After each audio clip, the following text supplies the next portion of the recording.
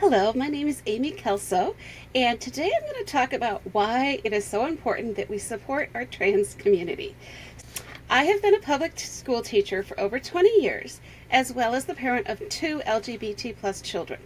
Today I want to talk about how, in addition to everything else that is going on, our current Republican administration is attacking our most vulnerable youth. Right now, the Republican Party is attacking many groups, including immigrants and the poor. And make no mistake, tariffs and cuts to government programs are a direct attack on the poor.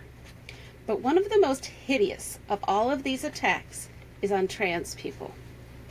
What makes these attacks so monstrous? To attack the trans community is to attack a very small, very vulnerable group of people.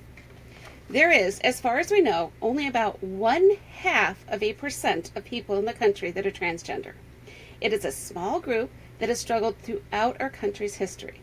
And choosing this group to focus attention on shows exactly what our administration is and what they are doing.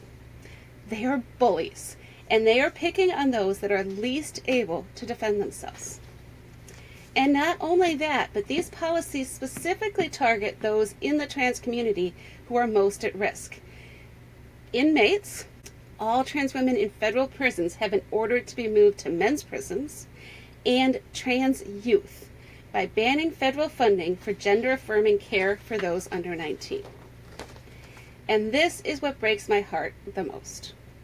As I said, I've worked as a teacher for over 20 years.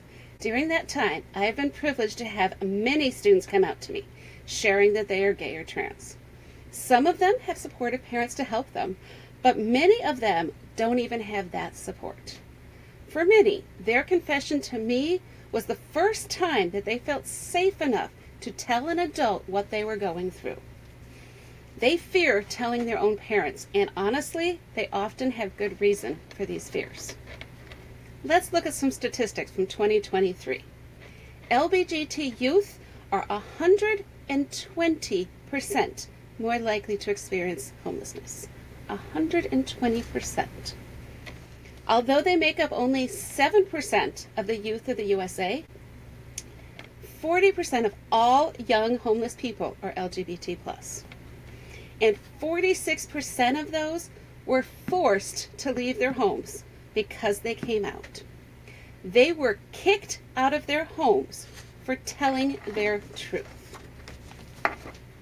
In addition, 41% of LGBT plus youth have seriously considered attempting suicide in the past year, including roughly half of all transgender and non-binary youth. Half of all trans youth have considered killing themselves.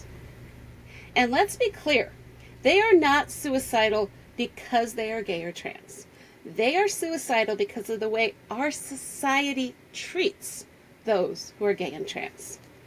And this is the population that our current administration has decided to target.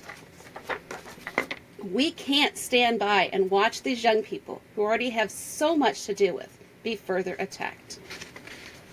And trust me, this is only the beginning. There is a poem written by Martin Niemöller in 1946. Perhaps you've heard it before, but I'm going to share it now. First they came for the communist, and I didn't speak up because I'm not a communist. Then they came for the socialist, and I didn't speak up because I'm not a socialist. Then they came for the Jews, and I didn't speak up because I'm not a Jew. Then they came for me, and there was no one left to speak out for me. There is a revision to this poem that's been circulating social media. First, they came for the transgender community, and I spoke out immediately because I have read the rest of the poem. We need to speak out for our transgender and LGBT youth now, or there may come a time when there's nobody left to speak out for us. As Marsha P. Johnson said, "No pride for some without liberation for all." Or as Martin Luther King Jr. said, "Injustice anywhere is a threat to justice everywhere." It is time for us to fight for what is right, for the rights of all. Thank you.